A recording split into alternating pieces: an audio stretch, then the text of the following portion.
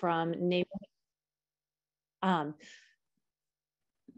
and we have voices from Neighborhood Villages joining us, as well as from Leslie, as well as Horizons for Homeless Children. And we are so excited to just be in conversation with you all and to think about some of these issues that are a part of all of our lives. Before we get fully started, as you could hear, we are going to record this session. So if you would prefer that your face or voice not be recorded, please just turn off your video. And we're going to go ahead and get started. So as we started this process, we were wondering about the question, what would a childcare system look like? And asking ourselves, what does it mean to build a sustainable support system for young children and families? Early childhood educators are often a first line of support for parenting, a wide range of family needs, and foundational access to early childhood and care that drives brain development, educational success, financial security, and economic mobility. In this session, we will explore the dynamics of a functioning, supportive childcare system and all that entails, from family navigation to operations infrastructure to teacher support. We will learn about an evolving childcare system in the Boston area and have the opportunity to think about what elements they would like to see in a supportive childcare system. Together, we will examine children and families through a strengths-based lens, inviting participants to consider their own roles and relationships and how they contribute to the systems that can continue to uplift and celebrate children in the present moment and as future citizens. And as an early child care teacher myself, as well as a parent, I can't think of anything more important or questions that are more impactful of all of us right now. Before we start with the speakers, I want to introduce this incredible panel that we have built for you this evening. We will be joined by Dr. Magina Baker, who is the Director of Teaching and Learning at Neighborhood Villages. She is the director, like I said, Director of Teaching and Learning at Neighborhood Villages. She is also a research collaborator on the Pedagogy of Play project at the Harvard Graduate School of Education's Project Zero. Magina holds a PhD from Boston College, where she studied bilingualism, teacher education, and practitioner inquiry. Magina taught preschool, pre-K, and kindergarten in both public and private settings for over 10 years in the United States and in Sweden, and has been an early childhood teacher educator, curriculum writer, and coach in the Boston area ever since. She is the co-author of 2 books, Children at the Center, Transforming Early Childhood Education in the Boston Public Schools, and Reclaiming Accountability in Teacher Education, and she is the mother of 2 young emergent bilingual children. Next is Beenal Patel, who is the Chief Program Officer from Neighborhood Villages, where she oversees the suite of programs offered by Neighborhood Villages, including statewide partnerships with the Department of Early Education and Care, such as COVID-19 testing and professional pathways. Prior to this role, Beenal was the director of the Family Cooperative, TFC, where both of my children went to school. An early child care center in Watertown, Massachusetts. She served many roles at the center over the course of 7 years, co-founder, board president, parent, and director. Previous to TFC, Patel worked for 10 years in administrative and teaching roles in preschools, primarily in emergent Reggio-inspired settings. Patel lives in Massachusetts with her husband and 2 daughters. Then we will be joined by Sarah Muncy, who is the co-founder and co-president of Neighborhood Villages, which she co-founded with Lauren Birchfield Kennedy. In her role, Muncy works closely with Neighborhood Villages community of early education and care providers, teachers, program partners, families, and children to imagine what a functional childcare system could be. To demonstrate proof of concept, Muncy designs and implements innovative, scalable solutions to some of the biggest challenges plaguing our current broken system. Prior to co-founding Neighborhood Villages, she spent 12 years at Boston Collegiate Charter School, one of Boston's highest performing public schools. There she served as 7th grade English teacher, director of operations, and finally as the director of family and community relations. Prior to joining Boston Collegiate Charter School, Muncy began her career as a core member of Teach for America, teaching 8th grade English in Atlanta, Georgia. Muncy graduated from Dartmouth College with a Bachelor of Arts in English Literature and holds a Master's in Education from the Harvard Graduate School of Education. She lives in Boston with her husband and her 2 daughters. We will then be joined by Jade Rodriguez, who is the Center Program Director at Horizons for Homeless Children. Jade Rodriguez handles the day-to-day operations of the Early Education Center at Horizons for Homeless Children, overseeing educators, operations, and practices, creating a high-quality learning environment serving young children living in shelter. Her background in early education and work with children in the foster care system helps her to create an environment where the unique traumas of children experiencing homelessness experience are acknowledged and addressed. In her personal life, she has mentored LGBTQ+ youth and puts her green thumb to work in a community greenhouse in service to local senior citizens.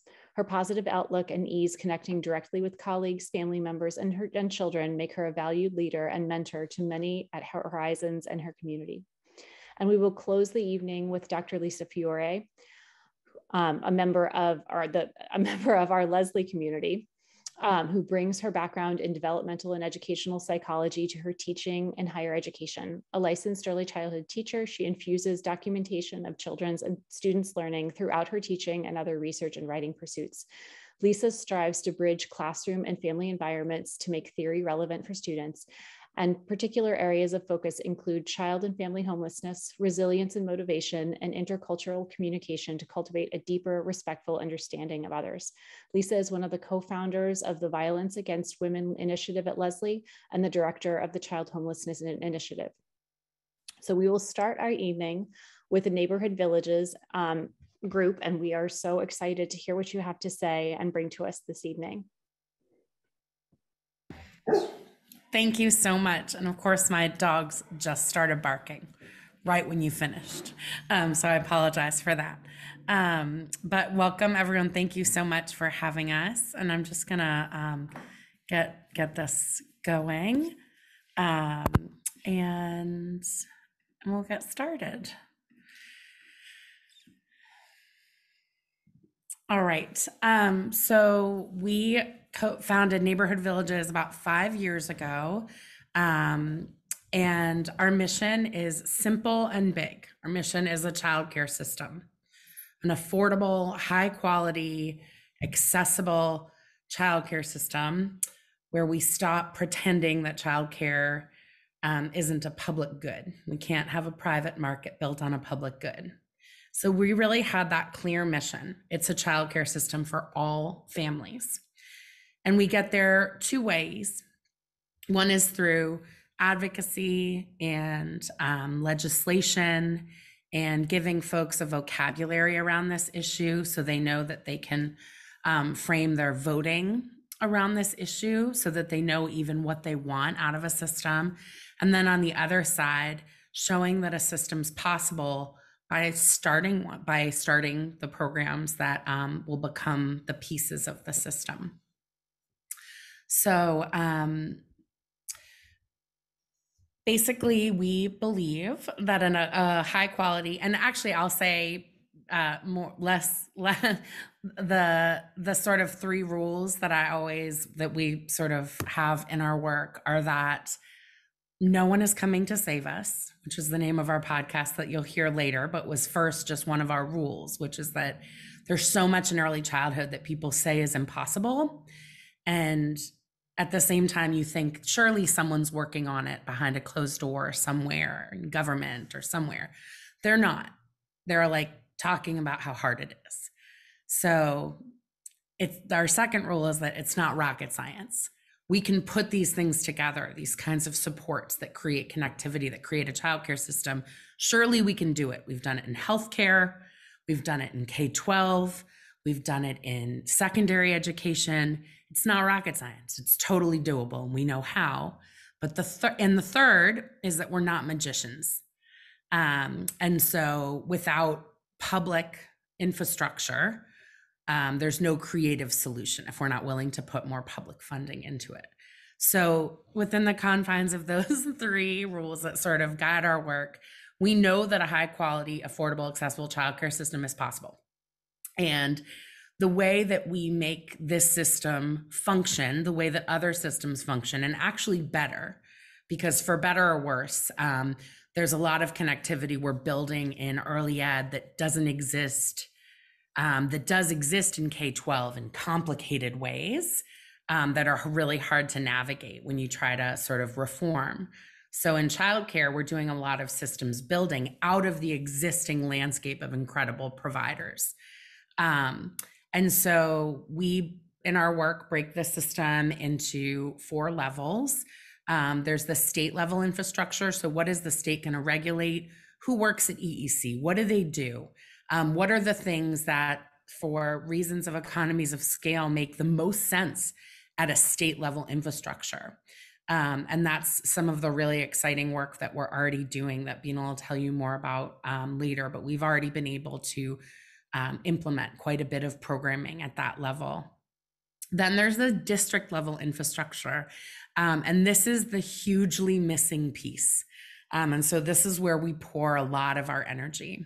And when we say district, we don't mean a school district the way that K-12 districts have jurisdiction over their schools. We understand that there are 7,500 independent providers across the state who are not all of a sudden going to be under the jurisdiction of a school district. What we mean is that along the same geographical lines as a school district, you build connectivity and infrastructure and a support system around programs so that they don't each have to function as an island.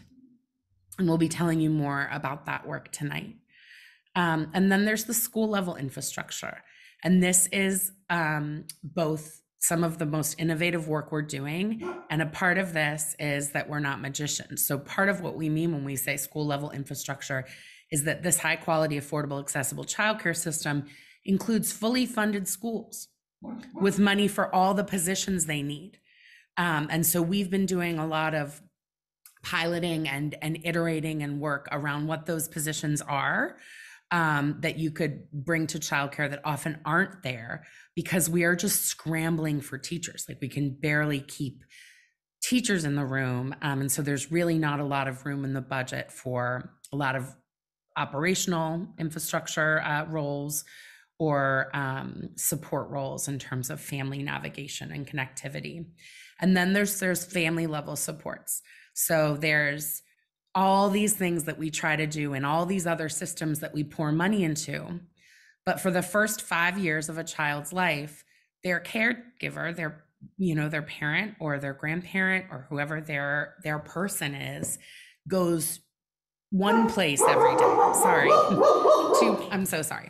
2 places every day. They go to work if they're, able to, and they go to childcare twice a day. They probably don't go to their own dentist appointment. They probably don't go to their own doctor's appointment. And I mean this across the spectrum of income, across rural, urban. We see that parents of young children are not living in a society that's set up for them to thrive. And so they're barely getting by. So in terms of family level supports, we want to make sure that making it easy to find childcare, that you know what each center is like or each family childcare home is like and what things are important to them, et cetera. So building infrastructure, I'm so sorry, around families. I'm just gonna go in another room. Okay, so the infrastructure supports that we're talking about building really go into 3 buckets, the 3 legs of the stool of this system. There's operations and central administrative supports for providers. There's instructional support for early educator instructional coaching and infrastructure around professional development and pathways. And then there's infrastructure around family navigation, so increasing provider and family access to centralized supports, promoting child and family prosperity. And so everything we do fits into one of these legs of the stool. But these are the 3 legs to a functional childcare system, again, within the context of being fully funded.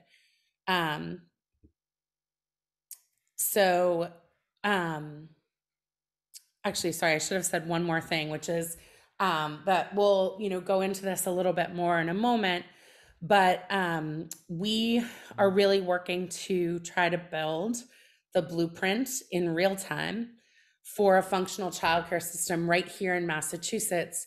Hoping that we will pilot this really soon as a state the same way that we implemented healthcare reform, same kind of thing with a product that no one can afford at its true cost.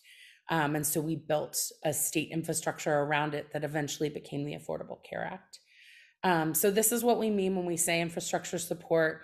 This is why Neighborhood Villages has chosen, instead of saying starting our own school, which certainly was sort of on the table as we approached this issue, we said, no, that the problem isn't that no one has started the right school. We are going to build a system around these schools that are doing amazing work on a shoestring budget, without the supports they need, and being asked to function as independent islands without any sort of connectivity. So I guess I'll stop for a second and ask, I'll just stop sharing for a second. How does the lack of infrastructure in the early education field affect your program or your work as an educator? Sarah, I think we were hoping folks would, I know there's a lot of us here. Oh, sorry. So it's okay. No, I think unmuting and talking might be impractical, but use the chat and you can keep adding your thoughts and answers to that question as we continue. Okay, great. Does that make sense? Sorry. Yes. No, that's perfect. Thanks, Sarah. So I'll continue. And I'll put the prompt in the chat as well so people can grab it if they like. So Meghina, should I stop for a minute or should I keep going? I think you can keep going and people can just be thinking and adding their thoughts, and we'll take a look at when we pause the next time. Okay, great. Okay, so at Neighborhood Villages, we are designing, piloting, and scaling in real time. And we'll talk a little bit about what that means by scaling and how fast, the essential pieces of a childcare system. So if you approach this work as surely this can be done, so let's just do it, then you start to think of the pieces of a functional childcare system almost as Lego pieces. It's not, again, we always say it's not rocket science. So if you just listen to folks from the field, which is where all of these ideas came from, you'll start hearing themes that are fixable. And so we start designing those pieces. Our work is divided into 3 levels. One is the neighborhood. The neighborhood is really our innovation lab. In order to be able to test out and build a system that's not theoretical, but rather built around real schools, we have a loose affiliation of 5 schools that we call the neighborhood. And it's Horizons for Homeless Children, Epiphany Early Learning, Nurtury Early Learning, Ellis Early Learning, and East Boston Social Centers with their early childhood program. And for those 5 schools, we bring them people. So a family navigator and an operations manager. We'll talk more about this later, but we bring them a centralized team of support, including Meghina, who's our incredible director of teaching and learning. Our central team has a lot of really incredible operations capacity. So we bring that capacity and we convene those people regularly. The ops managers, the family navigators, the heads of school, the instructional leaders, the teachers, and we conduct communities of practice and we listen. And when we're listening, and there are other ways that we support the schools, but and that you'll hear more about later. But as we're listening, our marching order, sort of what we need to work on, is always really clear. And so when there are things that we think we can build solutions to, we build them for the neighborhood and we iterate them in the neighborhood. So we might not get it right exactly the first time, but whatever the solution we're trying to build is, we're going to make it for these 5 real programs. So you know that it's a solution that fits the early education sector. It's not just like a grown down K-12 solution. And then when those innovations are where we think we could actually, where we think we've gotten them right, and the programs, more importantly, feel that we've gotten them right, we're able to bring them to the Commonwealth. of Massachusetts and partner with the Department of Early Education and Care to scale those solutions at a systems level. And that means across the Commonwealth. And then we have the movement, which I'll tell you more about in just a moment. Sorry, I should have had these slides up then, but in the neighborhood, we have these centralized supports, again, almost like a school district. So if you think about, if you took all the providers in the city of Boston collectively, but then all the providers sort of in the same geographical catchment zone in districts across the state, and you figure out what parts of this infrastructure should be built in there. And so we have designed, I think, something really special, and it's in its first year at its full with all 5 schools. We've been doing it for quite some time with two and then 3. But it's really, really exciting work. And when you hear Mayor Wu say that she's opening an office of early childhood, this is what we mean, is that this is coming. This kind of centralized infrastructure and support opportunities to create it is coming. We really need to be ready with this is who works there. This is what they do. This is how you build infrastructure around childcare so that providers have everything that they need to really do their jobs. And I think it's really important. And when people say, wow, you've scaled so many things so quickly, the reason is because we made all of the programs by listening, which means that for better or worse, they were exactly what the field was asking for. And therefore, people utilized them and they worked. The neighborhood includes centralized ops and logistics support. So that means as soon as COVID hit, we started working on testing, just like every other school district in the country. But who was doing that for childcare? There are no districts. But we were working on that immediately.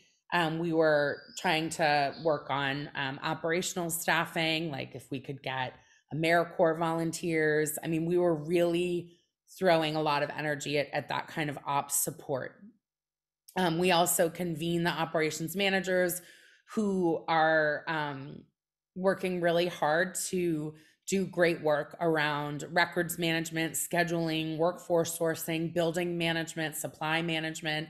And we treat those things as really important work in a school, not just as like a little side thing that you can expect the director to do, in addition to being a cultural and instructional leader in her school. Then we have centralized wraparound services.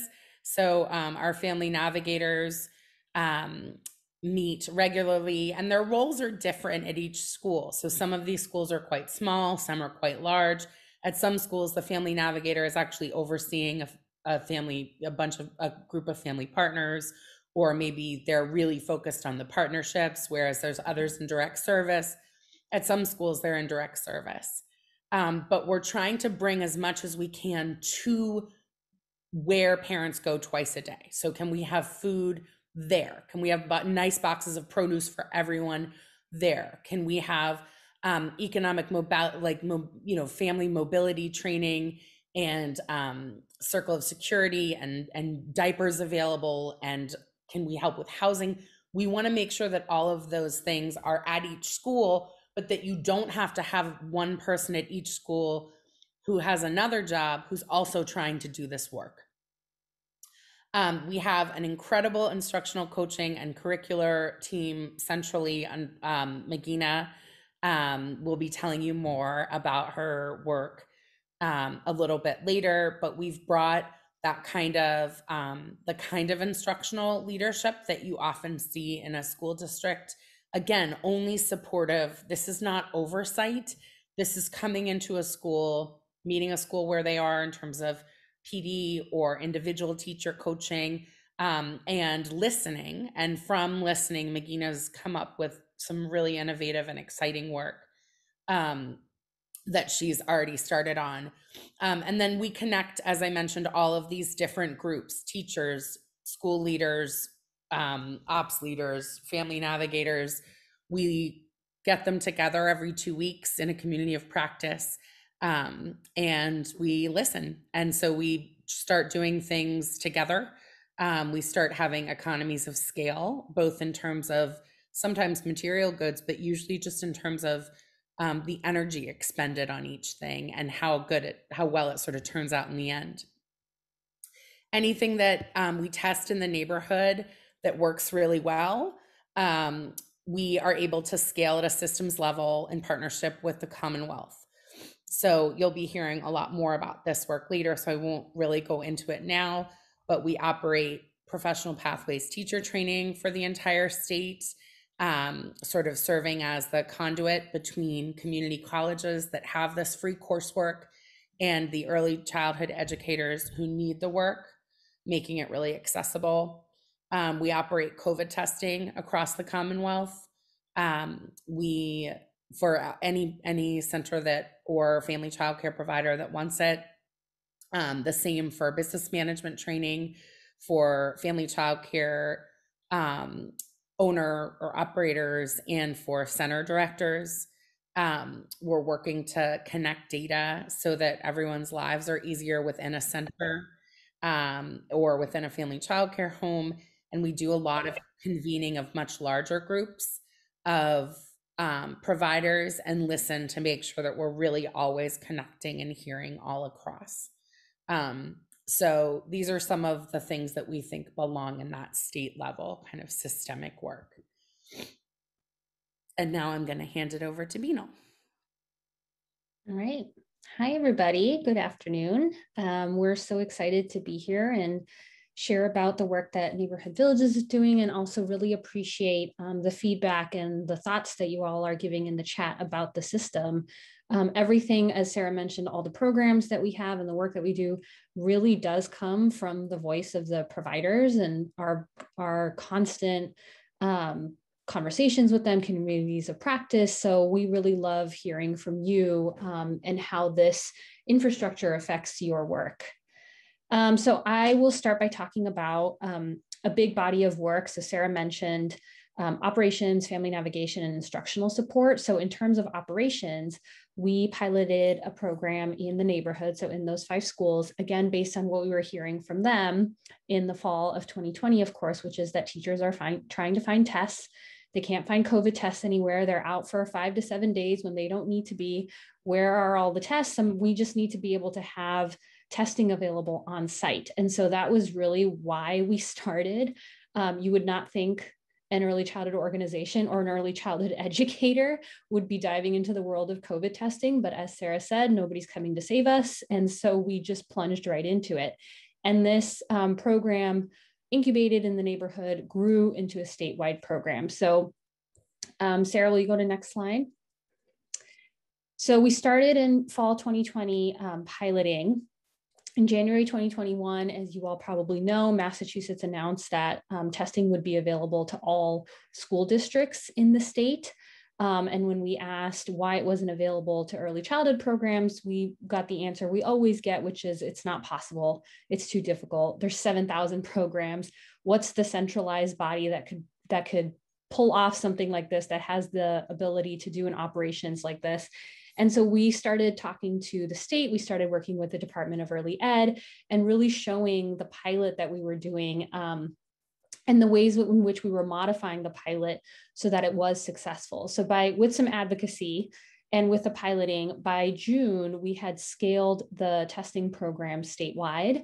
In September, then partnered with the federal program, Operation Expanded Testing, and became the first state to use Operation Expanded Testing for childcare. So this is where it's really interesting in that there is a federal program that's available that offers free testing, but there were no other states using it for childcare. They're using it for school districts and for other different nonprofits and communities, but no one had thought to really pull this program together for childcare. So we were the first state to really create that partnership using our state model and using federal funding to meet the need of the providers. In January, so just 2 months ago, the governor announced, of course, the expansion of rapid tests. And so the program went from just PCR testing to include rapid testing, which meant our enrollment went from 300 providers to over 3,500 providers in a matter of a week. And so we really grew exponentially very, very quickly, and now have a pretty large and strong team supporting all the providers across the state, not just with testing, but something called the EEC Healthline, which is a partner that we have called Primary Health, where providers can call, can ask questions like, this child is positive, and what do I do about the rest of the children? How long am I testing them? What does the guideline say about this? All the questions that you know that providers would have, because they're not public health experts, they're not policy experts, they're early childhood experts. And so we really, again, hearing this from the field and hearing this from providers saying, we don't know how to navigate these guidelines, we don't know how and where to implement testing, really are wrapping around to build that support that they need. So we have a health line they can call, we have a team where they can ask questions about testing, the enrollment is always open. And this COVID testing program, again, feels sort of like a one-off and very specific to COVID. But what we've learned in having done this program is that there is an entire body of work around operations that exist in early childhood, just as it does in K through 12, but it's often not thought of as a body of work in early childhood. So when I was a director, and I've said this story often, and it was really that last few months before COVID, there were so many things going on in terms of facilities breaking down. My washing machine had broke. We had a rat in our sandbox. We had multiple children out. I was covering in classrooms. Parents are asking questions. Children are sick. And so it's very, very difficult for directors. For example, where would I have had the time to call labs and figure out how to get testing? And teachers are out because of testing. There is just no way that these administrators and these educators have the time or the capacity to deal with the operations needs of their program, and they are there. So this really became for us a very tangible example of how we can create very necessary operations infrastructure for early childhood programs. Next slide. Yep. So this just really kind of outlines what the different pieces are. And honestly, you could remove COVID testing and put in any other operations piece that exists in K through 12. There's an entire department at K through 12 focused on operations. We're really modeling what that would look like in a department of early ed, or in a city, or as Sarah talked about, in a state level, at a regional level, what that would look like for operations for early ed. So, and with our PCR testing program, we have multiple partners that we work with. There's multiple pieces in play. For example, the samples are couriered each week. So we need somebody coordinating the courier and the pickup of the test. We created a portal. There's a portal for programs to log into, and there's a lab. When it comes to rapid testing, there's a whole logistics and distributions part to deal with. We also created a portal for programs to log in, to report weekly so that we can collect data. And then, as I mentioned, the health line with the email and support line, public health expertise.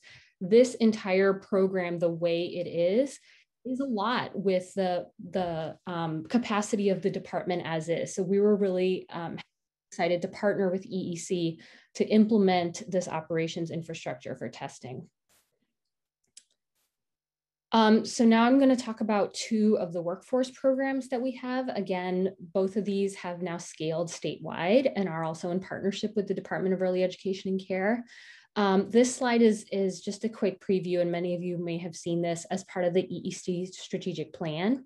And so part of the strategic plan was to create essentially a workforce or a navigation hub for educators and their pathway and their pipeline as they're looking to move ahead in their higher ed degree. So Neighborhood Villages had a pilot. Again, we incubated in the neighborhood something we called a Career Pathways program. So there's a statewide grant called Career Pathways, where community colleges are able to offer courses for free up to a CDA. And there was a lot of directors, administrators, educators, including myself when I was in the field, who didn't know that this grant existed, who didn't know that they could send their educators to community colleges to get courses for free, or that there was a scholarship where they could apply to get an associate's or a bachelor's degree for free. So this is where this program really came to be. We scaled the pilot that was happening in Boston, where we really made the courses accessible to educators, having them on site, providing things like childcare, really making it so that they could attend the course, and scaling that program statewide, again, being that central access point for educators looking for courses. Next slide. Perfect. So the Professional Pathways program starts with a website. And this is where really at the intersection of students, educators, EEC programs and providers, and higher ed partners can go and get centralized information. So as educators are visiting the website, they can fill out a very general inquiry form. Actually, Sarah, will you go to the next page? Perfect. This slide just outlines it really well. As an individual educator visits the site, they fill out a very simple inquiry form. It takes a few seconds to do. It's mostly just contact information. And then we have a team of SSAs, or student support associates, who will reach out to the educator. And this is really the key for me. This is the secret sauce and why this program works, because they're getting in contact with a live human being. How frustrating is it when you're filling out an inquiry form and trying to find out about something and somebody sends you back an email and just tells you what to do? In this case, we have a person that will call the educator, that will text the educator, whatever form of communication works for them, and then have a conversation. What are your educational goals? What's your experience? What are your professional goals? What's your experience? What are you looking for, to really understand the pathway that they're on, and not so much this one course that they need to fill right now, because we want to make sure that they have the option to move on with that degree or to stack different credits. So once the SSA has had a conversation with the educator, we as a team, the Professional Pathways team, have relationships with all 15 community colleges in the state and know the different modalities that they're offering courses in, the different language that they're offered in, and really want to try to connect the educator to the community college that meets their need. So the SSA will then go back to the educator and make a warm handoff with somebody at the community college. This is also really important. We don't want to give them the name of the college and say, good luck, you're on your own, but really connect them to that person who can help them through the enrollment process, answer questions that they have, advise them, but really make sure to try to connect them to a home so that they can be on their way on the pathway. And then providers can also reach out and request a cohort. We've sometimes had providers say, I have 5 educators that need a course, or 10 or 15 educators that need a course. And instead of sending them all to different places or trying to get them all to fit, 15 individuals into a course, we can then go to a community college and say, we've got a full cohort of 20 educators who's willing to offer a course of child growth and development at X time and X language, because that's what the need of the cohort is, and really work with the community college to meet that cohort's need. So this has been really exciting as well, I think, because without this sort of centralized hub and a place for somebody to come in and collect. So we may have a cohort of 10 here and a cohort of 10 here. They're in different parts of the state. They would never talk to each other. Because we're this centralized hub, we can put that group together in one cohort and make sure that they can get the course or the pathway that they need. So I talked a little bit about some of these pieces, but why Professional Pathways really works, and it's really unique. I've definitely been talking to some other states who have something similar, or, I've been thinking about doing something similar, but really, as I mentioned, the secret sauce about this is the student support associates, and that there's a human being that these educators are able to talk to. I think more than 75% of the time they're texting with educators, and it's very difficult to have a conversation with somebody at a program that's not over email, but our SSAs know and want to meet the needs of educators. And that's nap time over text, or that's, off hours over text. And so we really have catered this program to what educators need. And so why it works, there's a centralized place to learn about the different options. We are able to collaborate and partner with the community college and the Department of Early Ed, the personalized communication with the human, as I mentioned, really support in making a connection towards a pathway. So not just seeing a free course posted on Facebook and let me take it and then take another course here and another course here, but really thinking about that long pathway, maybe for a first-time person who's never taken a college course, just getting their foot in the door. And then maybe one day working towards a bachelor's degree and a master's degree. So really helping them think longer term about their professional goals. And finally, that warm handoff to that other human being at the college and not just a website with an email to the bursar's office, which is very intimidating. And next slide. And the second statewide workforce program we have is the business training program. And this program came to fruition last summer, actually, the summer of 2021. And it really started with some conversations with other directors. So as Sarah mentioned, the system, we have a group of providers who we have a regular community of practice with and talk over email with. And there was a lot of surveys that came out when COVID first started.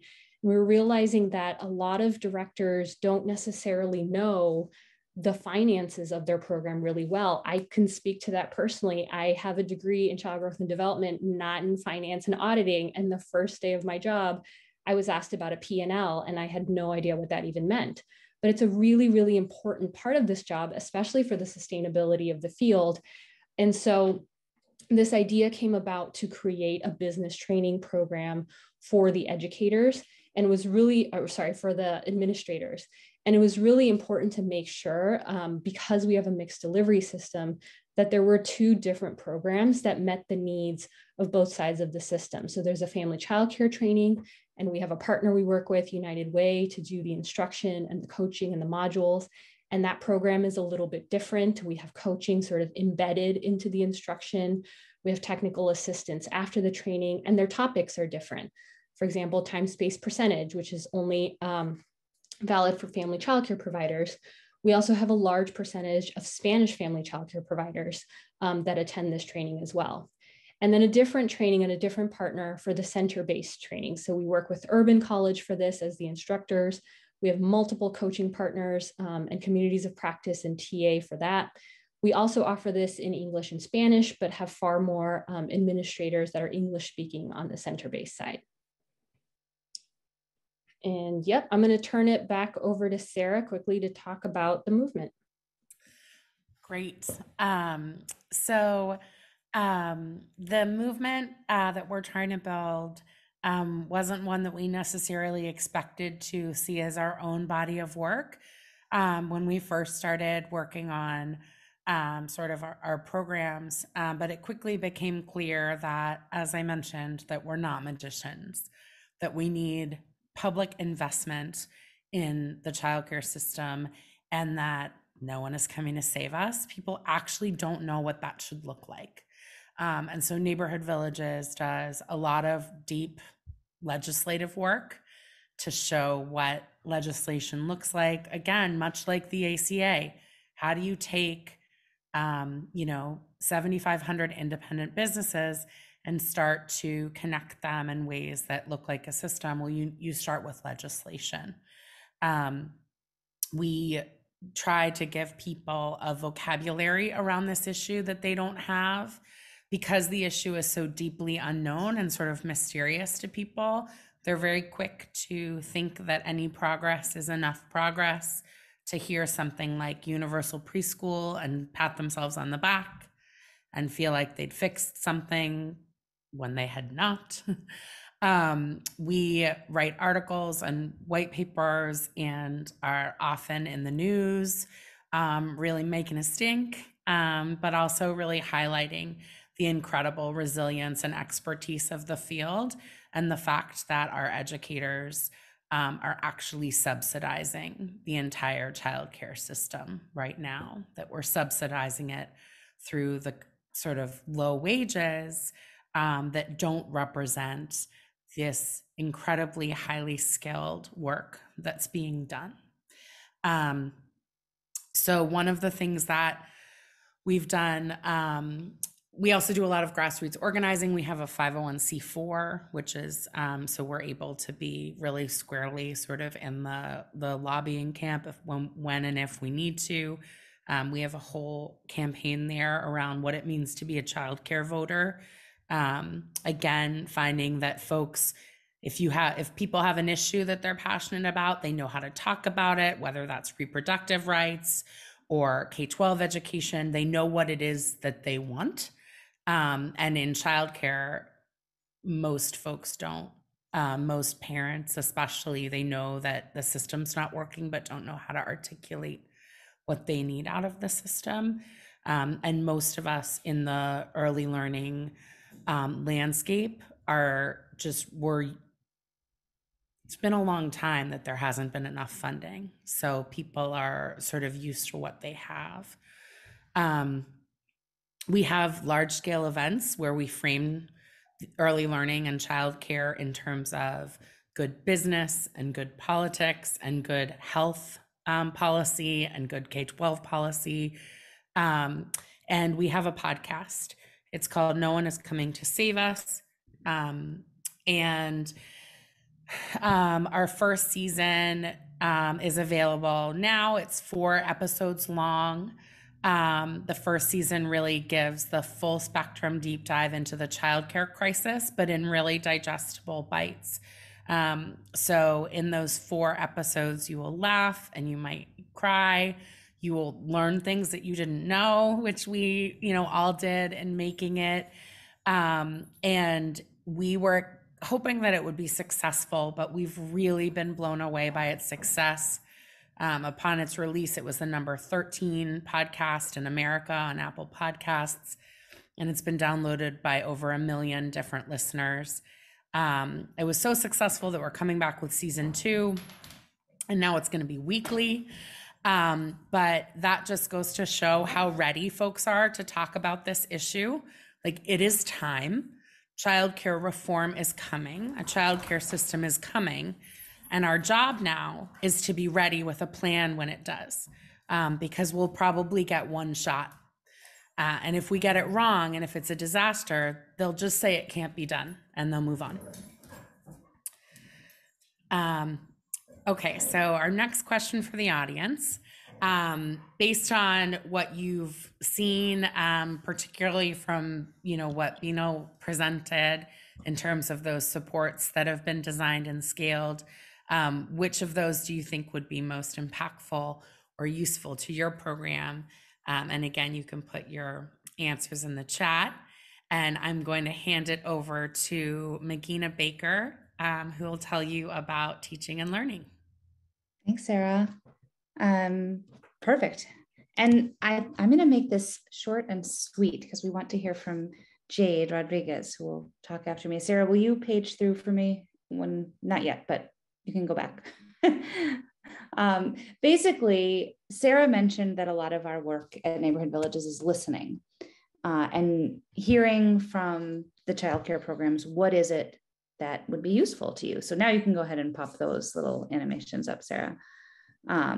So I started at Neighborhood Villages in September, and I spent the first 3 months mostly just visiting the programs in the neighborhood, those 5 schools that Sarah mentioned earlier. You can see their logos at the bottom, and just asking sort of what would be useful around teaching and learning. What kinds of, what is strong already at your program? What do you feel proud of? What would be helpful? And then a whole bunch of great ideas came forward. So these are some things that we've started in the neighborhood that support teaching and learning. The first is a group that meets every other week, a coaching and mentoring group that involves anyone in the neighborhood who coaches, mentors, or supports teachers and would like to talk to other people about how to do that. If you've been in or are in that kind of position yourself, it can be a little lonely. Sometimes you might be the only director in your center or the only coach, and you have that responsibility to support a number of teachers. So the idea is that we don't do this work alone. We're better connected, and we do it better because we do it together. You can click again, Sarah. Yeah, that's perfect. No, it's okay. You can go to the next one, fine. We also heard that teachers and administrators in the programs are really eager to learn, and they would love to have workshops and professional learning opportunities that are tailored to what their teachers want and are interested in. And so we put together a professional development menu in collaboration with the 5 schools that then the schools can choose from. And the workshops that are on that menu are a range of topics in early childhood education. The workshops are free to the schools in the neighborhood. That's something that we provide. And when we develop something, it's in collaboration with the program. They're not just like, choosing something off the rack that's not tailored. We're really trying to develop professional learning that is like very specific for, specifically tailored to the school. So for example, I'm doing a workshop tomorrow in East Boston. So yesterday I went to the school and documented and talked to the teachers to make sure that what we do in the workshop tomorrow is actually what they need. And they're going to see examples of their own classrooms when we're doing the workshop. They'll see pictures of their own children and be able to ground in their own practice. And then we have communities of practice for teachers that have just started. So that means that if you're an infant teacher at one of the schools, you can join a group of other infant teachers to share ideas and practices with each other. There's a monthly call, and then there's also an online space where people can share ideas. So there's one for infant teachers, one for toddler teachers, and one for preschool teachers. And then the last thing there is that we are aspiring and getting started to do some collaborative curriculum development. This is another area that schools have said they really want to work on. So we're currently working with the Boston Public Schools on a curriculum for 3-year-olds. And some of our educators in the neighborhood collaborate on developing curriculum, giving feedback. And our hope in the near future is to develop a toddler curriculum as well that will, in the same spirit, be something that we construct together and share together. Okay, next slide, Sarah. This is just an example of what that community of practice space looks like for educators online. So you can see it, we only started this a month ago, so it's kind of a baby. But we're starting to see toddler teachers share ideas with each other about their curriculum and books that they're excited about reading. And there's a space there for folks to post a question or a puzzle and hear from other teachers who can respond. And one more slide. We also heard that there's just an interest in being more connected. It can be lonely as a classroom teacher. And so we've started a monthly newsletter that goes out to the neighborhood where teachers can get information about upcoming workshops and opportunities, but also it's a platform for sharing great ideas from great teachers with each other. So you can see this was last month, just spotlighting some documentation and practices happening in classrooms so that it's not only visible to their one classroom, it becomes visible across the neighborhood and can spark ideas for others and some resources that you can connect to. So now I think is the more fun part where Jade, we can actually take down the screen share at this point, Sarah. Perfect. And maybe, Marianne, maybe you could spotlight Jade and I, and we're going to just have a little conversation. So Jade, thanks for being with us. It's my pleasure to be here. And I know a couple of people joined us after the introduction. So Jade is the wonderful director of the early childhood program at Horizons for Homeless Children. And I'm just going to ask you a few questions, if you don't mind, and share your wisdom with everyone in the room. Absolutely. So everyone has just heard now that being a part of neighborhood villages, as you are, means having access to a number of supports. So like an operations manager that Sarah mentioned, a family navigator, these communities of practice, and professional development. So which of those have you experienced at Horizons, and what does that I've like? experienced all of those, and it's been such a pleasure since September of 2021. I'm really having this fully funded system in place for Horizons to really thrive. We have 22 classrooms, and that's a big undertaking to take on in early education for sure, with 3 teachers in every classroom and trying to, as we know, there's not a lot of pool of teachers that we're recruiting that is ready to be in the classroom. So one of the things that Neighborhood Village has lent for us to be able to do is to actually bring on an operation manager who is supporting my effort in doing orientation, a 2-week orientation, which I wouldn't have been able to do on my own had I not had that fully funded position to be able to do that.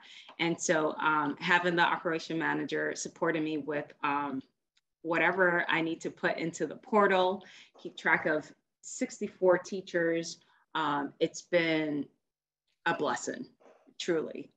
So our operation manager, Erin, she comes in and she orients our new staff. And then with your help, Magina, of course, professional development, I think, is critical, especially around this time where, as I mentioned, there's not a lot of people who's versed in being able to actually do the work in the classroom, especially at Horizons, where all of our families are coming with big stressors of having housing insecurity. So with that said, just this week, we have 2 teachers who just started, and one of them said, I can't believe you actually do orientation. And I'm like, yeah, for 2 weeks. And so we did try to run our operation without the orientation, and it doesn't work because a lot of our teachers are just sometimes just taking that one course and they're being plopped into the classroom to do like putting out fires, so to speak. Yeah. So really preparing the teachers and really helping them to understand that they're part of a profession and not babysitters.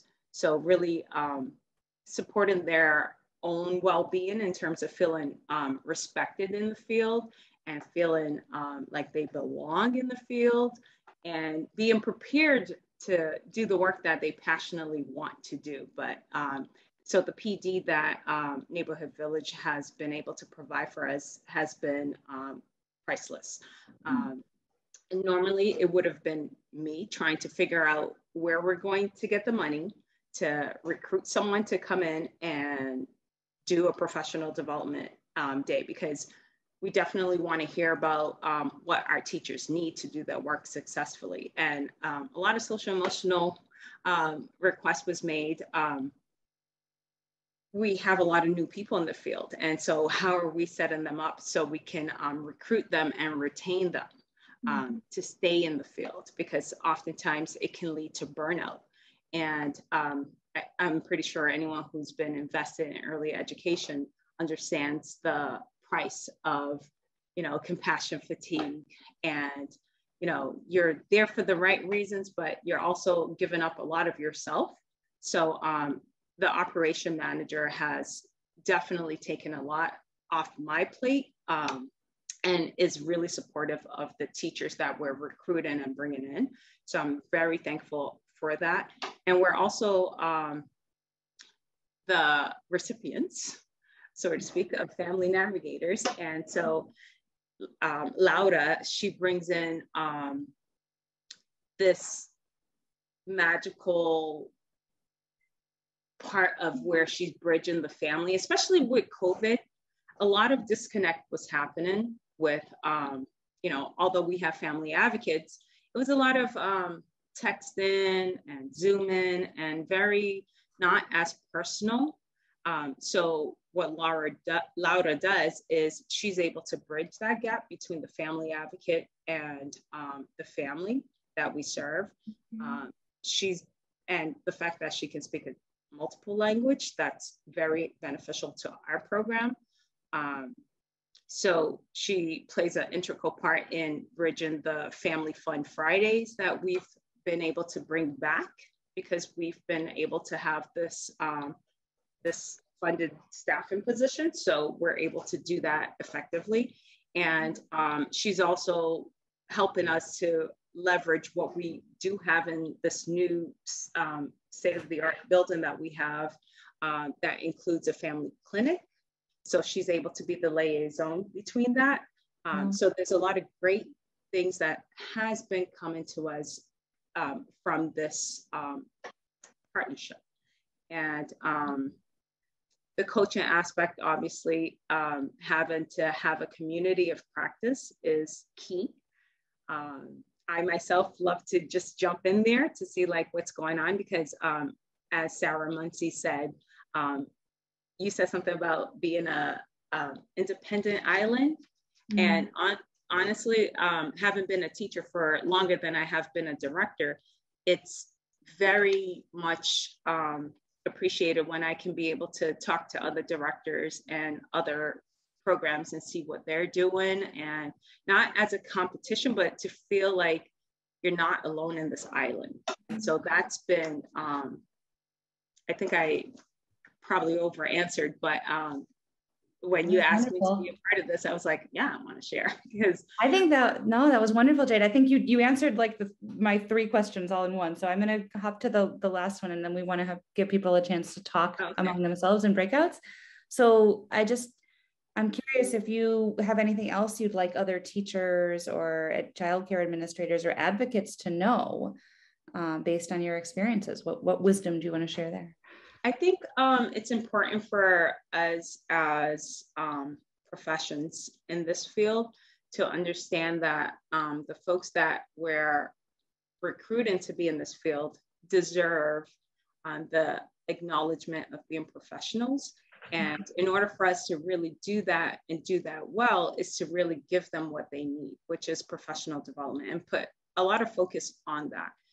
Because oftentimes we might do, I don't know, like one and done kind of training, and it has to be consistent because it is hard work. And so that's what I want to leave this with, because we really have to focus on the teachers to have great outcome for families.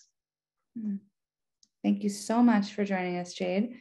And you'll now have a chance, some of you, I think, will get lucky and get to talk to Jade more in your breakout room. We're going to break into groups of about 4 or 5 people now and talk about a couple of questions. I'm putting them in the chat now. So you've heard all about this system.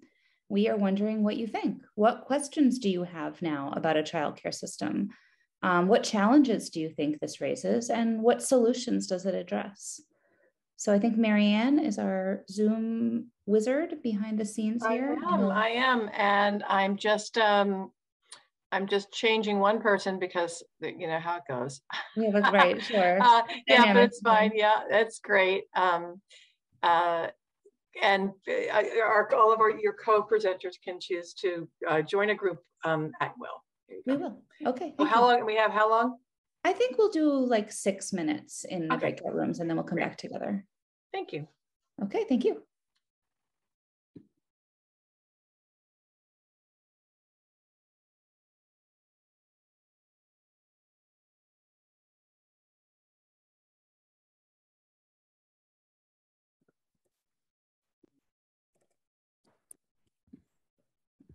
Okay.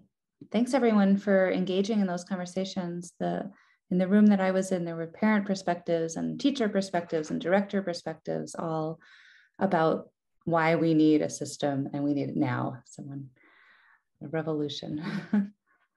I think we're gonna hand over now. Well, if anyone wants to share out something from your group in the chat, please do that as we turn over to Lisa Fiore. We're really excited to be joined by Lisa Fiore from Leslie to talk a little bit about a strengths-based approach to working with centers and families. And Lisa is the chair of the education department and the director at Leslie, and the director of child homelessness and the child homelessness initiative at Leslie University. So thank you so much, Lisa. We're so excited to have you here. Thank you. I'm going to share my screen, and I'm bracing myself for any and all technical challenges. So let's see. All right, so far so good. Great. So in anticipation of this evening, it's one of those moments where, you know, we've all been holding a lot, you know, for the last 2 years. And so a lot of issues feel that much more acute, and it's heartening to see action with positive outcomes of the sort that was just shared by Neighborhood Villages. So I find that very inspiring. And so thinking about how could we, now that we've heard of this wonderful model and these wonderful things, instead of saying, well, shoot, I feel like I'm on an island, because I know I feel that way often. I'm lonely on my island, but the sun was shining today, so that's nice. How can we capitalize on this moment, being together in this learning space, thinking space, and put a positive spin on it? Think about sharpening our collective strength-based lens and I'm using some active verbs here, flexing our growth mindsets and affirming our practice in the field of early childhood education in whatever capacity that may be. So before I move to the next slide, thinking about strengths-based lens, if we're not thinking about strengths, we're often thinking about some sort of weakness or a deficit. So I'm curious if you conjured in your mind and in a blink, what would one frustration or venting topic be for you? And on the other hand, what would something that makes you smile and lifts your spirit be? So I'll pause for a few seconds while you find some of those items.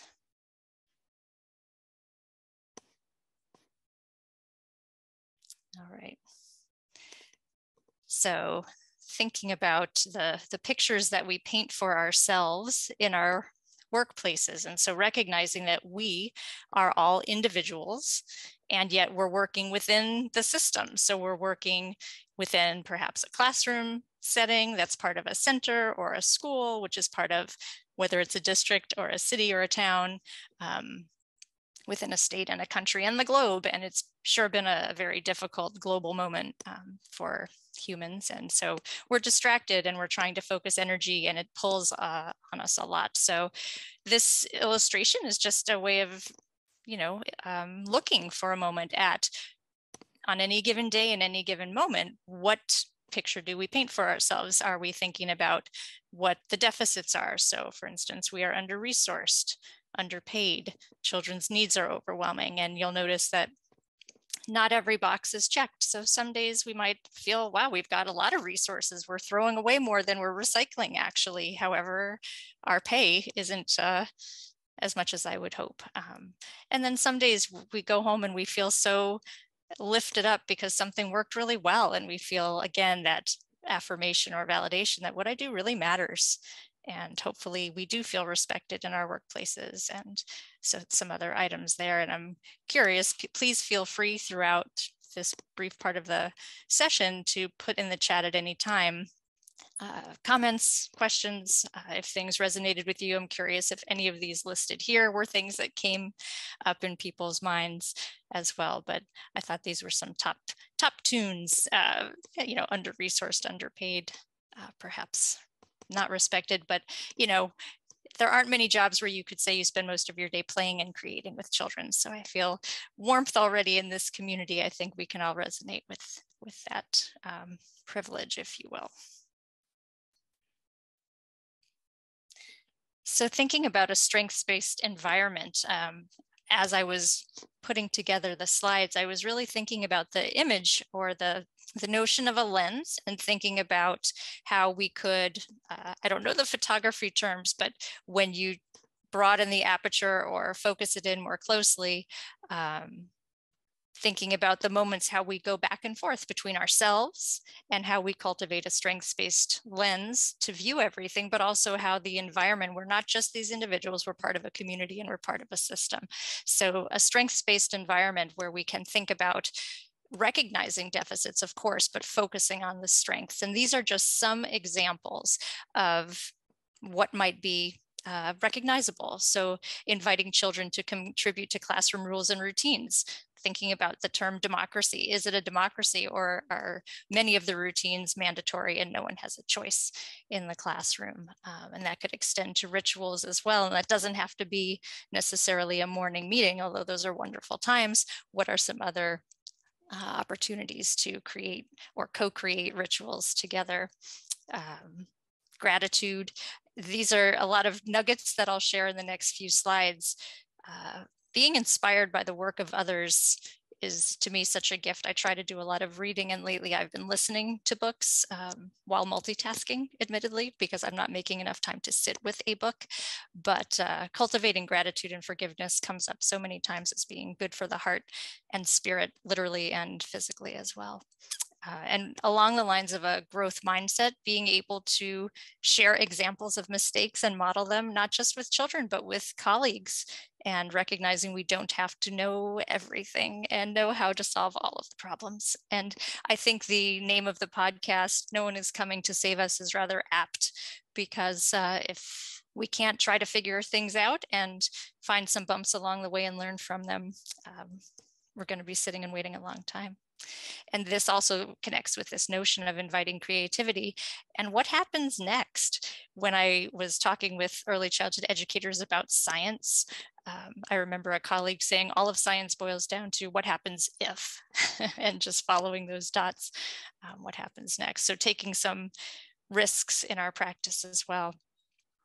And the other ones you can read as well. But I'm wondering, does anything resonate with anyone thinking about your own context where you spend most of your day, whether that's in a home, whether that's in a childcare center, if it's a business office, if it's in a remote space these days? Yes, that I'm seeing Erica's comment, the learning loss. That's one of my biggest pet peeves. Lisa, are you okay if we respond this way, or do you want us to respond in the chat? I actually love the Audible because I'm, as I'm sharing my screen, I don't get to see the chat as much, but whatever people are comfortable with is fantastic. I was going to say that reading the strengths-based environment, I find it much easier to do that with my young students than I do with myself or with other adults. This sounds like how you cultivate and create a classroom, but I'm not very good about doing it with grown-ups. Yes, it's true. I agree. I'm sure we all, it's hard because I think again, that's a great example of like narrowing the lens and widening the lens. And I think it's easy to find things to feel frustrated by. And I do believe, if I'm remembering correctly, that over the course of human evolution, we're wired to remember, if you will, the bad stuff, the scary stuff, the dangerous stuff, to avoid it in the future. That's how we survive. And so the happy, easy stuff doesn't necessarily leave its imprint on our brains. So this is another opportunity to practice building that capacity. Lisa, can you talk a little bit about cultivating gratitude and forgiveness? Sure. And honestly, one of the greatest inspirations I'll share with you, so you can then go purchase the book or just listen to my little nuggets. Deepak Chopra's brother, Sanjeev Chopra, once gave a talk. He has a book, something like the 5 most important things to do to live a healthy life for a long, long time. So Dr. Chopra is I don't know the medical term at this moment, but he's a liver doctor, liver specialist. And so the number one thing, does anyone have a guess? The number one simple thing you can do to live a happy, healthy life? And this gratitude gets into this answer in a minute. No, I'll tell you now so you can start tomorrow. Having a cup of black coffee a day. That was the number one. Oh, smile. I love that one too. And in fact, I think if you have a great cup of coffee, you often do smile. And I remember, if Ben Mardell is still on this Zoom, he and I were talking years ago about the ritual of coffee every day. But so coffee, drinking coffee, getting vitamin D, mild exercise, a handful of nuts, and forgiveness and gratitude, those two being sort of two ends of a continuum, if you will, because it's so much harder, or it does more harm to us to hold on to anger or negative energy. And when we can cultivate gratitude and forgiveness, we're letting go of that negative, and it's doing a lot of wonderful things for us, freeing us up from that attention. And in fact, that makes a link to a book that I'll mention later, thinking about when we can let our brains go and we don't need to focus on the negative. So thinking of ways we can be grateful. And people have talked in the field of mindfulness for a long time about gratitude journals, finding ways to say thank you, whether it's literally holding a door for someone, or thank you for being kind, thank you for sharing your graham crackers with me, whatever. This doesn't have to be big stuff. Oops, as I keep trying to move the chat. So this gets us to thinking about that growth mindset. How do we start to think about things differently? If you're familiar with Carol Dweck, and I always try to acknowledge the work of others because I think it's so important, again, to be connected to others' work, because people work really hard to come up with their theories and their research that then inspires and influences so much. I feel with the growth mindset, the term growth mindset has infiltrated school systems in some ways that I don't love, but I think the notion, the underlying premises, and I'm waiting for my dog to start barking in a moment. I hear the growl, so forgive me in advance. But basically thinking of, do we have potential to grow as opposed to we're just fixed? It's you are what you are, you know what you know, there's nowhere to go from here. So I tried to think of examples now rather than focusing on our own, we'll get to that in a moment, but thinking our own mindsets, thinking of us as a community of early childhood educators and professionals. So Erica mentioned the learning loss moment. So for instance, I would think of that almost as akin to this left-hand fixed mindset. All children must demonstrate they are ready to learn.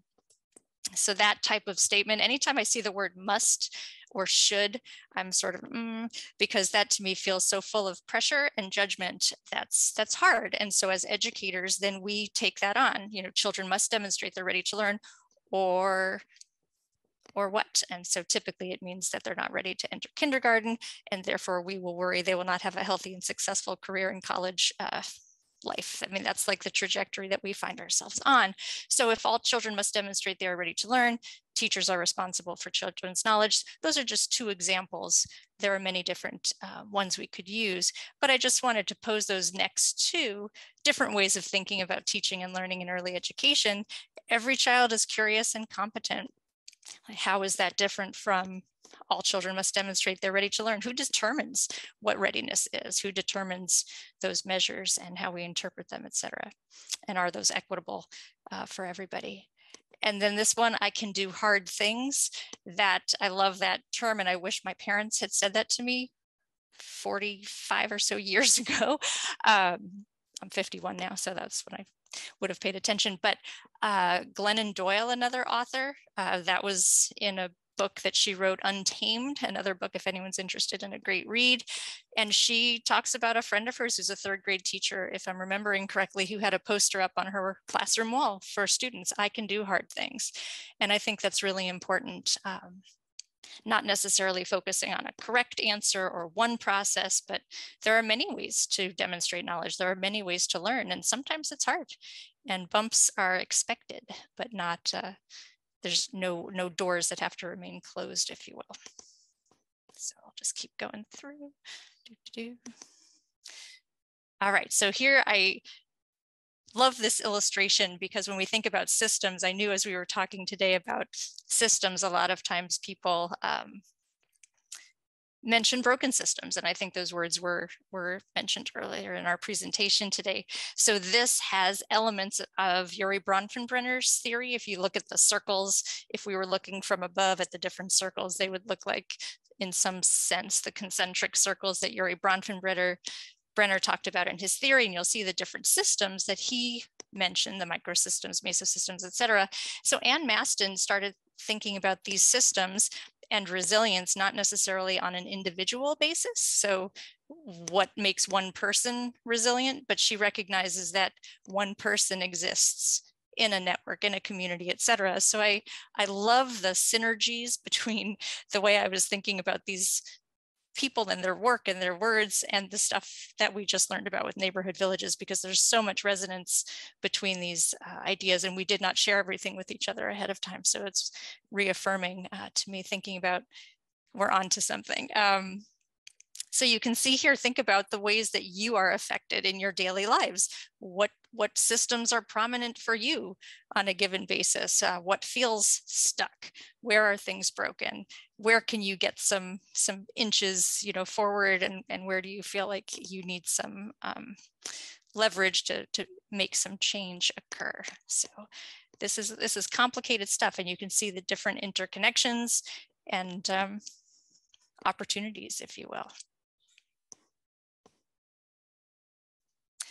All right, so this is another wonderful sort of learning moment when you start seeing things as all being linked. So Claude Steele, a social psychologist, I think he's a professor emeritus at Stanford, wrote a book called Whistling Vivaldi that talks about stereotype threat and the effects that it can have on us as individuals and also as humans functioning within a society, and how societies represent the DNA of human existence at a given time. So throughout history, we can look at how stereotypes and the threat in certain contingencies, how they affect people. So whether we're talking about race, whether we're talking about sex or gender, educational attainment, socioeconomic status, pick one. There's in any given situation, the stereotype associated with the group can be detrimental to their performance, and it can also have a long-term effect on them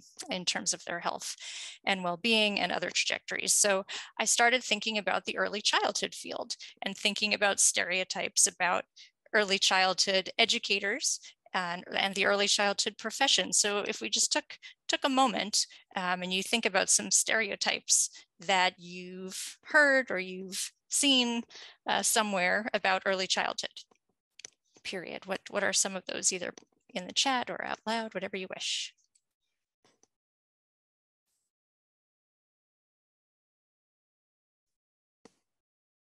This is a safe space, judgment-free zone. So you're getting that it's just babysitting in the chat. It's not. I would say that we don't have to be skilled to do it. Anyone can do it.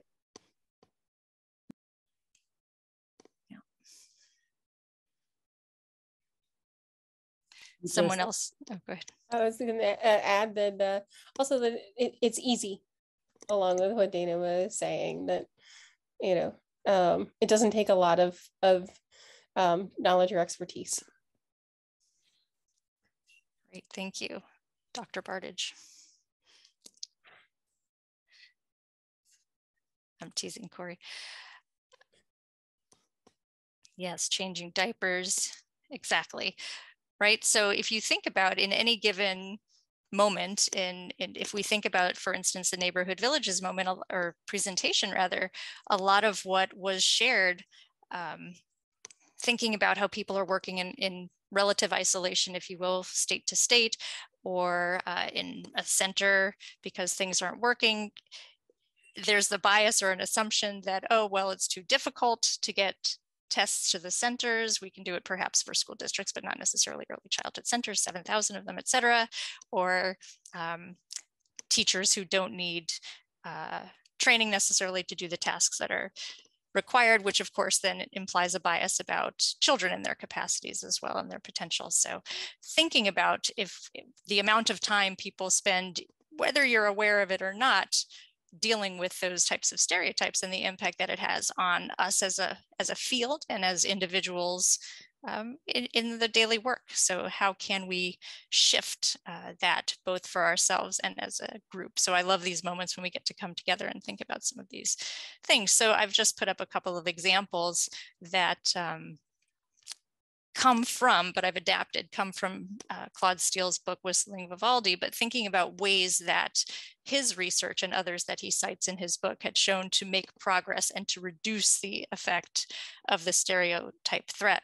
So if you're interested in psychology, I would encourage you to read it, but thinking about representing critical abilities as learnable. So if you're not ready to learn, maybe you're not there yet, but you'll get there. So it's not like, oh, that's too bad. Or using child-centered teaching techniques. We always talk about holistic approaches to learning, or the whole child, and child-centered. So those have been demonstrated rather than the mandated top-down required curriculum, meeting the children where they are. And Magina was talking about meeting the teachers where they are in their professional development, establishing trust through demanding and supportive relationships. Again, this is, I think, so evident in the Neighborhood Villages work. And think about in your own settings, are there opportunities for you, and what relationships do exist with families and with each other as well.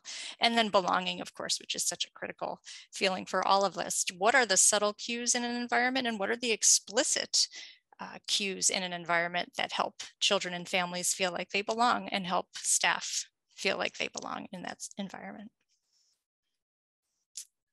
All right.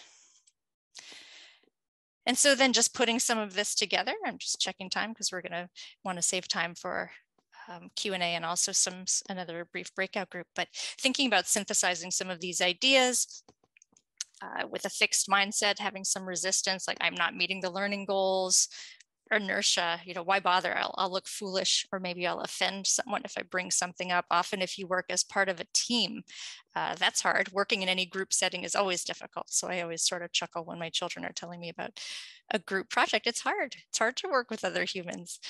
And also the guilt. I'm just not good enough. And I think we're living in a moment where a lot of conversations feel fraught because people are concerned they're going to say the wrong thing, or again, offend someone if they start a conversation. And so flipping it again, thinking about it with a different perspective, that growth mindset, if I practice, I'll get better. And thinking about hard conversations actually as learning opportunities instead. And Claude Steele in his book was talking about is if you introduce hard conversations, if you will, about race or gender, for example, in 2 different research studies, that once it was described as a learning opportunity, it took a lot of the pressure off of participants and they engaged a lot more readily. And then thinking about differences in perspective as valued and not as deficits, that we all have to think the same way or agree on everything. Great. All right, did I skip one? Let me just make sure. Oops, back. Yes, okay.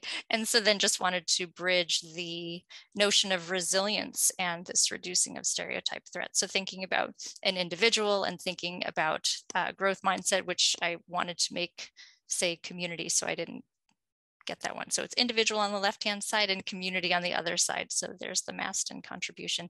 So how can we connect our individual capacities to a collective trajectory? And these are just a few examples. So if we're trying to cultivate a nurturing and sensitive mindset in ourselves or in the students, the children that we're teaching and working with every day, that might translate later in a community as caring for vulnerable members of the community and a general strengthening of the compassion that's evident in the community.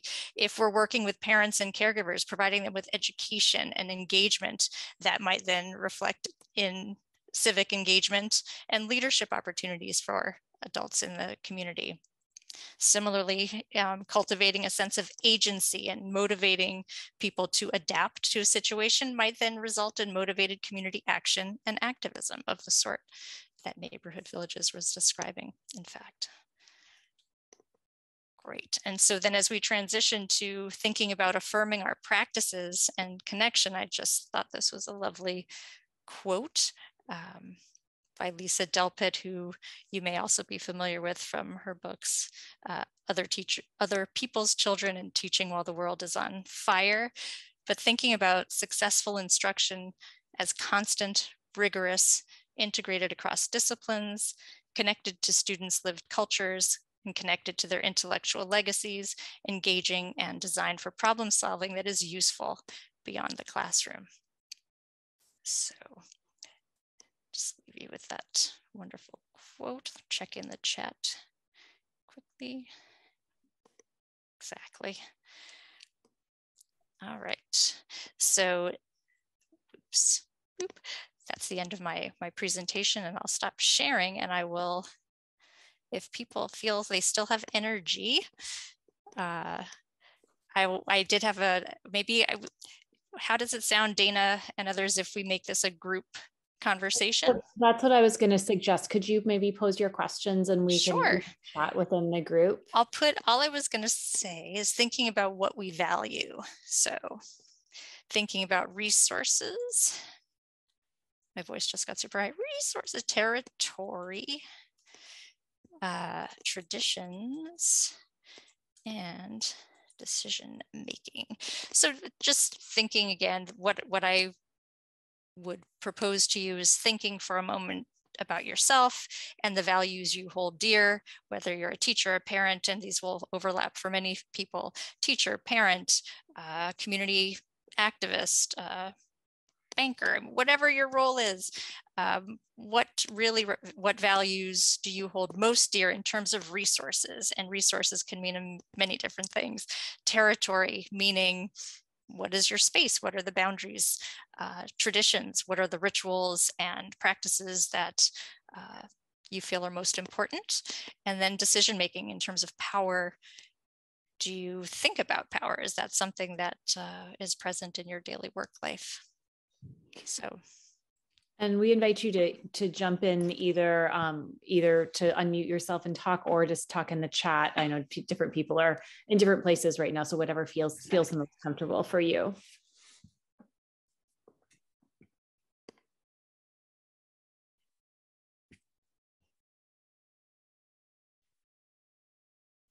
And maybe even if it's if we think about those 4 categories, if you will, is there one that matters the most to you, having some power or influence over resources, territory, traditions, or decision making in your workplace, in your life? Lisa, one thing I think that's been not talked too much about, but it sort of rides over the whole picture here. What is the field doing about communicating to other fields? I don't think other school administrators, I don't think parents of older kids tie into this new development that's happening. I don't think anybody hardly knows about it if they're not really very close there. And maybe at some point that maybe ought to be part of this very powerful agenda that people are talking about. So nice to see you, Mary. Nice to see you too. And so are you thinking, Mary, that once children have left the early childhood realm and they're now in the pipeline, people don't have as much investment in the work in the world of early education and care? People don't. I don't think they do. Although that's not really true. I think sometimes people have a very close contact with the field and it stays with them for life. But at least I was thinking more of the school administrative type people, the legislative bodies in the communities. How much do they feel some of these things? Mm-hmm. And at some point, maybe an organization like Neighborhood Villages would incorporate that kind of thing. Because without it, we're going to be at the same spot we've been for a long time. You're right. And you're absolutely right. And that's actually the reason we made that podcast and the reason it was only 4 episodes long. And it's beautifully produced and really and really draws you in. And the reason we sort of went with that kind of storytelling was because we really wanted legislators and business leaders right now, which is often where the sort of impetus for change comes from, whether we want it or not.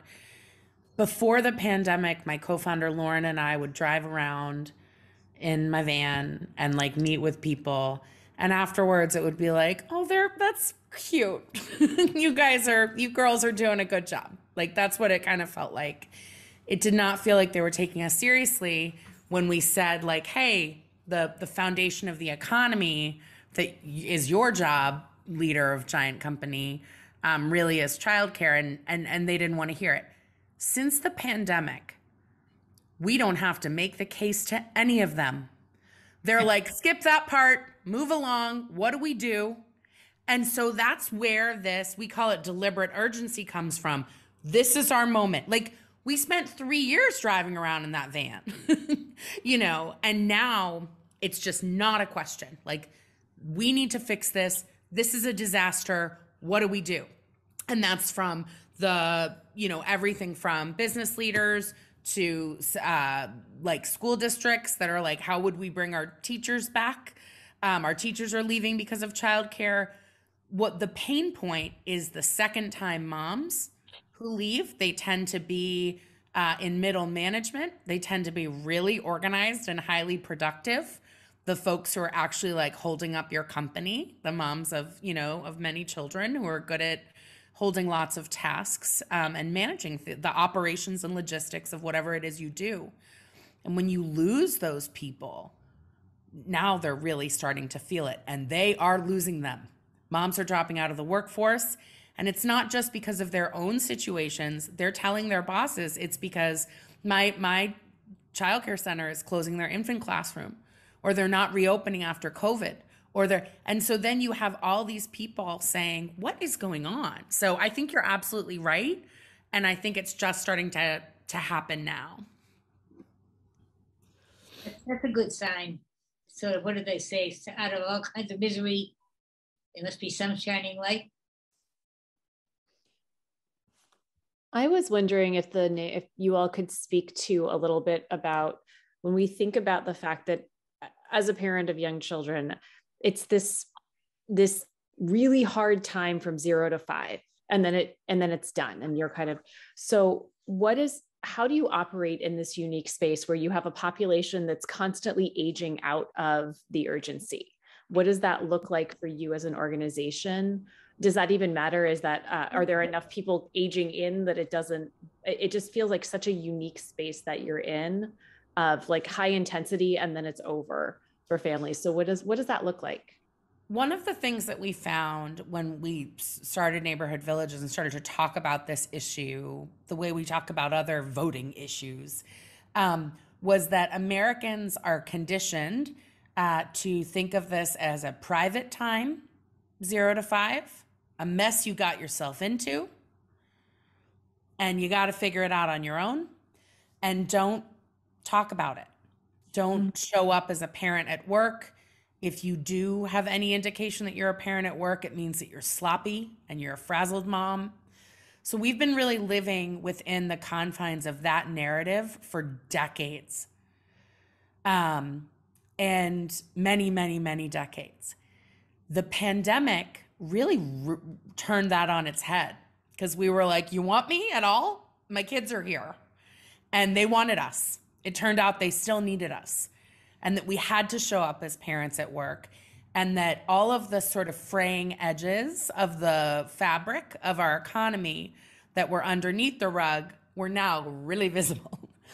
And so at first we were really concerned, and it was important, we were only getting people while they were in this moment, because once you're out of the moment, interestingly, the other thing Americans are conditioned to do is to say, I figured it out and you will figure it out. And so we really wanted to give a vocabulary to every generation of women, because it's actually the grandparents who are the most pissed off right now. I'm sorry about my dogs, but they are proud of especially their daughters and how hard their daughters have worked to have a career. And I know I'm not talking about this from the educator perspective, but educators have been talking to one another about these issues and sounding the alarm for a long time. It's really about making the rest of the general public talk about this issue as a real issue. And I think they are. I mean, my parents, I think even a little, when we started Neighborhood Villages, thought there was an element of like, oh, that's sweet. And they're awesome, and they'll call me and be like, it's all they're talking about on the news now. Like, you guys were really onto something. So I think it used to be an issue you only cared about during the 5 years, and you were only supposed to care about during the 5 years, and then you'd earned your badge of honor. And it just doesn't feel that way anymore. That's good. I want to open things up to questions for everyone all of our panelists. What things are people wondering about? Are there things you want us to address before we close for the evening? I have a question. I'm calling in today from Colorado, and I'm wondering how other communities across the nation are in conversation with Neighborhood Villages, or as people are looking to do this within their own communities, what advice or structures or resources you have for people in other parts of the country as well. One of the organizations that's doing this really well is actually the Denver preschool program. So we talk to them and meet with them pretty regularly. we're trying to not recreate the wheel in any way. So we've been trying to say, like, what pieces do you do? What pieces do you do? And how do you put that together to create the blueprint for a functional childcare system? DC is doing really interesting work right now around teacher pay, though it's not in the most like sustainable way, but it's something, but also around access and funding models. And Detroit is doing a lot of work to try to make a more cohesive childcare infrastructure. Seattle, if you look up the Seattle website, I just learned about Seattle the other day and I was like, this is awesome. And I think that's one of the problems. We're trying to bring together like 5 or 6 cities once a month in a community of practice to be like, what are you doing? Because it's also a very Massachusetts and very Boston thing to think that like all the solutions must be here. And it's really important that we all start like looking outside. I'll say that, and then I'll stop talking. I'm sorry, I'm saying so much, but another really interesting thing to look at is the reinvestment fund. It's an early education analytics firm. And if you go on the reinvestment fund website, you can look at these maps, these early education maps for a city. And more cities are doing it in this exact way with this exact company. Now there's nuance to every city. Maybe you have a lot of people who come in to work at an airport and they like work this into the maps, but you're able to go to these heat maps and click what you're looking for, demographics, language. You can start clicking, where did there used to be childcare centers that are closed now, so that you can get a sense of facilities. You can look at enrollment numbers. You can look at parks, how close are they to public bathrooms, all these kinds of things that you might need to know. I think that's really, really important. And it seems like federal Department of Health and Human Services is going to think about childcare data in this way, and supply and demand data in this way. And I think that's really important because data is really hard in this field. Like sometimes you'll be like, where do the babies live? And someone's like, that's super complicated. And like, it doesn't feel like that should be complicated. And so I think, the reinvestment fund and that kind of like, let's all start agreeing on some standards of what we're gonna track and measure and the words we're gonna use and the assessments we're gonna use. We need to start all talking so that we can pick the best ones and like move on to the next thing to make this. And it's definitely starting, like Sarah's saying, that deliberate urgency, that like the mix of the pandemic, we're all used to Zoom, I guess. And so it's more normal to talk across the country over a screen. And maybe it was a little weird before. And I don't know, the podcast, like certainly we've been, talking to different states. I talked to Illinois this morning about, what we're doing in terms of educator pipeline. And so I feel like Sarah's saying, like the moment is now. We got the closest we've ever gotten to in decades with Build Back Better, with an actual system or funding for a system getting there. And so it feels like people have woken up and there's collaboration both within the field. Certainly I'm as I mentioned in our communities of practice, there's directors sharing things that when I was a director pre-pandemic, everybody kept everything close and didn't want to share. And right now it just feels like everybody wants to collaborate. Let's do it. We're there. Let's work together. And that's the case, just I think, with the field across the sector. And as Sarah's saying, even in other sectors, like people are really paying attention and listening. So let's create those opportunities. Let's connect, Laura, from different states and see, where we can support each other and where we can learn. I want to close. Oh, go ahead. Oh, I'm sorry. I was curious to add to what Banal was saying, and I'm wondering whether neighborhood villages might add something on their website or something in the podcast or whatever that might have resources that people would be interested in sharing that would help start doing some of this curation of work that you're talking about. Absolutely. Yeah. Well, we have quite a bit up there, and then a lot on the actual website of the podcast. There's like toolkits, ways to like have a podcast party and get people like talking about this and stuff. But then also on our website, anything anyone wants to replicate like is open source. So if there's programmatic work that, you'd like to dive more into, we're definitely always here. I would like to close us this evening by just saying Romana, did you want to say something before we finished up for the evening? Sorry, I just wanted to say how inspiring the work is. And I was interested, Sarah, in just a quick question.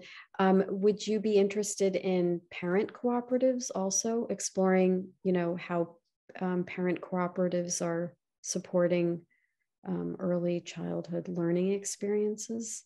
Yes. I mean, I think, again, all of our work is sort of driven by the field. So I can say what I think, but it could turn out to be that something different is what parent cooperatives need and want. But one of the things, the reason we called ourselves neighborhood villages is if we could get childcare centers acting as physical hubs for micro neighborhoods, so that a parent cooperative, family childcare home, maybe it's like a really long winter where you live, and there's an indoor play space, like a gym, that you can somehow access, and you can walk there and have indoor large scale, gross motor space. This kind of professional development on the weekends, food access and supports, behavioral health supports, anything that you're building in. How do you make it work for all the providers in that sort of micro neighborhood? Because that's really the best, that's really how we can combat this sort of social isolation of parenthood that we do here in America, is by making real connectivity and real synapses between all of the people in a set of city blocks or, mile or miles who are interacting with young children. So I think we'd love to support every kind of, and there's a lot of parents who are going to be caregivers themselves and not use care. And they also need access to all of these things within a neighborhood. I was just thinking of my sister who lives in Hudson Valley, New York, and they have a parent cooperative there in a fairly rural environment, but it's almost like a farm school. So the children spend most of the winter outdoors taking care of farm animals. I found it very interesting how they're able to do outdoor learning experiences in that context. So I appreciate your interest in exploring different contexts. So thank you. I want to be aware that we are right at time now. Thank you so much to all of our speakers. From the bottom of my heart, as an early childhood educator and a mother, I'm so thrilled to hear both sort of the larger macro conversations that are happening in neighborhood villages, as well as the interior that we got to hear through Jade's presentation and Lisa's really hearing about, well, what are the dynamics of these systems from the inside? What are people actually doing? And how do we keep living with this in ways that feel asset-based and strengths-based rather than just being sunk by the things that Sarah was talking about, that we will never get through this. There's no way we can. There's that yes, in fact, we can. And that calling to mind of the relationships and the things that we bring to the field. So thank you all so much for being in this with us. And thank you to everyone who attended.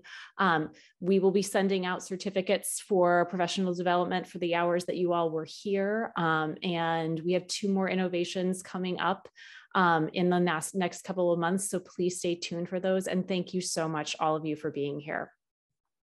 Let me just add one more thing, Dana, which is that this has been recorded, and I will be sending a recording out to participants, and this is a way to kind of reconnect with the material in addition to the Neighborhood Villages site. And I just put a link to our Innovations in Early Childhood Master's Program at Lesley, which comes in all different formats, in badges and professional development and certificates, and it's really looking at the field in a very unique and growth oriented way, just in terms of how we think about what we do for the youngest members of our communities. So I just want to put a plug in there for there.